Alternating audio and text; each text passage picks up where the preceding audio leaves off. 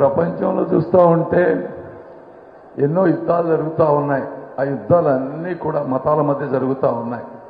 అంటే middle east, America ఇవన్నీ religion అనే కాన్సెప్ట్ లేకపోతే 90% అసలు యుద్ధాలే ఉండవు.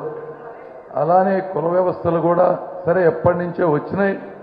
నేను రాజకీయాల్లో ఉన్నాను కాబట్టి వాటిని గౌరవించాలి కాబట్టి ఈరోజు నేను గౌరవిస్తున్నా, మాట్లాడాలి కాబట్టి మాట్లాడుతున్నా.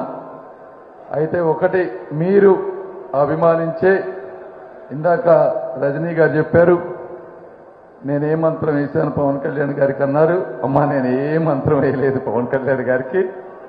నేను ఉస్మానియా మెడికల్ కాలేజీలో చదివినప్పుడు ఆయన ఒకరోజు ఆవేశంగా కామన్ మ్యాన్ ప్రొటెక్షన్ ఫోర్స్ అని ఆ రోజు నాకు గుర్తుంది, ₹1 కోటి ఎంతో ఫండ్ పెట్టి వచ్చి ఒక మహిళల మీద జరిగేటువంటి వాటి మీద మొట్టమొదటిసారిగా ఆయన బయటకు వచ్చినప్పుడు నాకు అది గుర్తుంది ఒక మనిషిగా.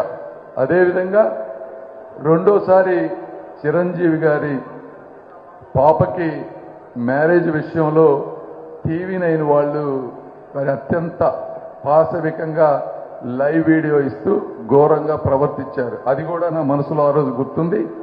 అలా నేను పవన్ కళ్యాణ్ గారితో సంభాషణ చేస్తూ, సార్ మీరు అంతా వచ్చారు, వీళ్ళు టీవీలు కానీ ఇంకొకరు కానీ ఒక మీడియా కానీ మోనోపోలీతో అవకాశం ఉంది కదా అని ఇష్టం వచ్చినట్టు బిహేవ్ చేస్తూ ఉన్నారు.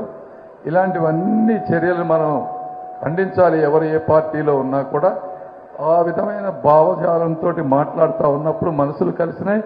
ఆయన కూడా రాష్ట్రం కోసం అన్నీ వదులుకొని వచ్చారు. నేను కూడా నా శక్తి మేరకు నేను కొన్ని వదులుకొని వచ్చాను కాబట్టి మాటలో 20 నిమిషాలు మాట్లాడాలనుకుంటే 2 గంటలు మాట్లాడాం. ఆ విధంగా ఒకరికొకరు కలుసుకున్నాం కాబట్టి ఆయనకి నేనంటే ఆయనకి అభిమానం, ఆయనంటే నాకు విపరీతమైనటువంటి అభిమానం. రెండోది ఆయన ఎప్పుడు నీతి నిజాయితీగా స్పందిస్తారు. అందుకే అంత ఆవేశం వస్తుంది. నీతి నిజాయితీ ఉన్న ఎవరికైనా కూడా ఆవేశం వస్తుంది, అందులో తప్పులేదు. మూడోది, ఇది మీరు గుర్తుపెట్టుకోండి. అంటే మీరు ఈరోజు అనొచ్చు ఏదో రాజకీయాలు 4 ఎలక్షన్స్ వస్తున్నాయి, ఓట్లు వస్తున్నాయి కాబట్టి ఏదో పవన్ కళ్యాణ్ గారిని ఇంకోళ్ళని అంటున్నానన్నా మీరు అంటే ఎవరన్నా నలుగురు అనుకుంటే అనుకోవచ్చు. ఇదంతా లైవ్ రికార్డ్ అవుతుంది.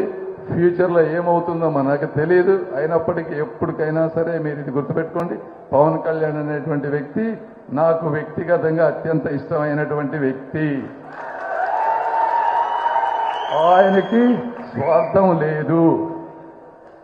ఒక అన్న గురించి కానీ ఇంకొకళ్ళ గురించి కానీ కష్టంలో ఉంటే ముందు వెనక ఆలోచించకుండా స్పందించేటువంటి వ్యక్తి. ఈ మాటలు చరిత్రలో ఇంకే 20-30 సంవత్సరాలు ఎప్పుడైనా కూడా చెప్తాను నేను. అది ఒక విషయం. రెండోది, మీరు చిరంజీవి గారిని ఎంతగా అభిమానిస్తారో అదేవిధంగా పేదల పక్షాన నిలబడినటువంటి మన వంగవీటి రంగా గారిని